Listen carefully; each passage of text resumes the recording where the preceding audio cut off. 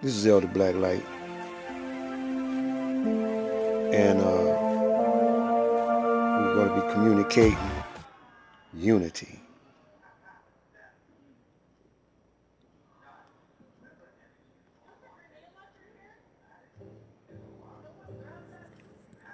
Last video, I was describing why our color or our hue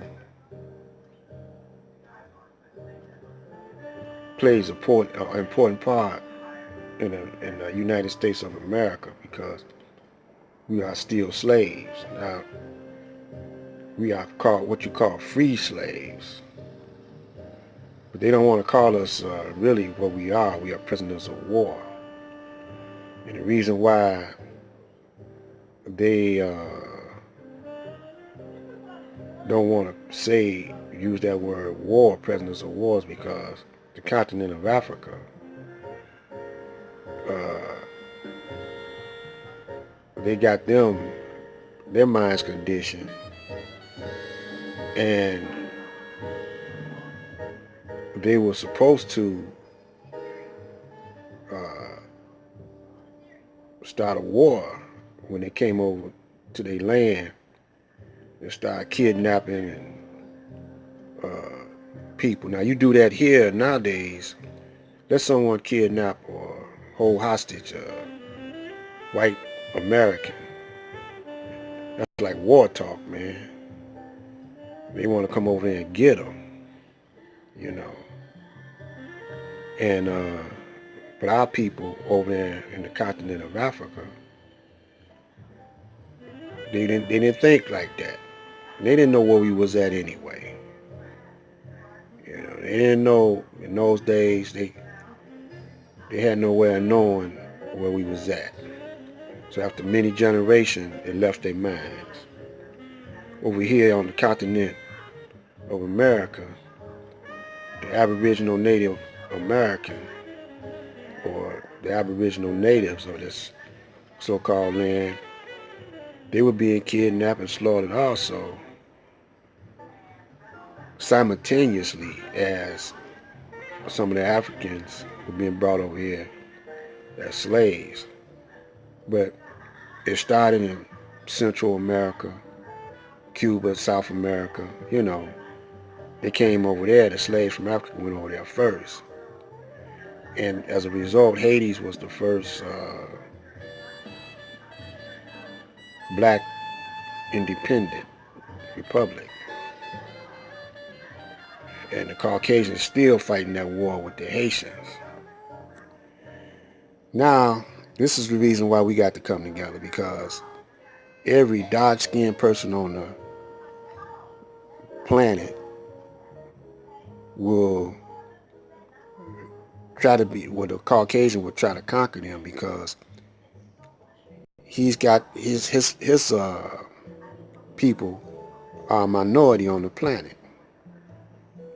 But yet and still they trying to survive off of the resources and the minerals that's in these other lands.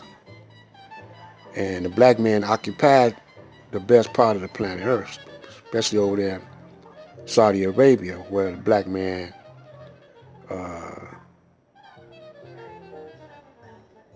where most of the oil, minerals, and whatever is over there. But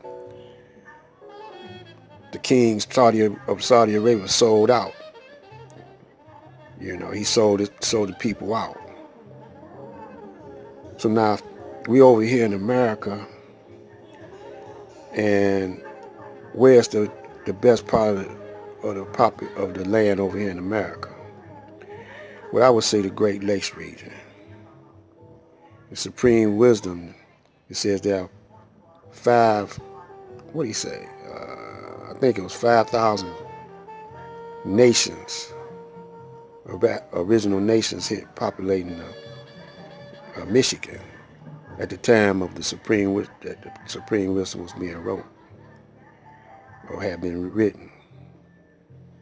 So the Most Honorable Elijah Muhammad, what he did was settled here in Detroit And he started making whole communities of Muslims. Like, do you know, like the Chinese, they got Chinatown. Like the Mexicans got Mexican Town. The Arabs got all of Dearborn. This was after Elijah had settled over there on Linwood. We had whole communities of black Muslims. We had schools, stores. So that's the key right there. So we got to start selling among each other. They call that the ghetto now. But what's so bad about it is that we don't try to generate our own economy. We were once scientists, architecture, and we built, but now we don't do none of that. We rely on the white man to place us in jobs, and we build for him instead of ourselves. As a result, the community that we live in, we build up the suburbs, but we don't build up the cities, urban areas. We have to take long bus rides to get a job out there in the suburbs because there's no jobs in the city. Then we want to move out there because we see that it's,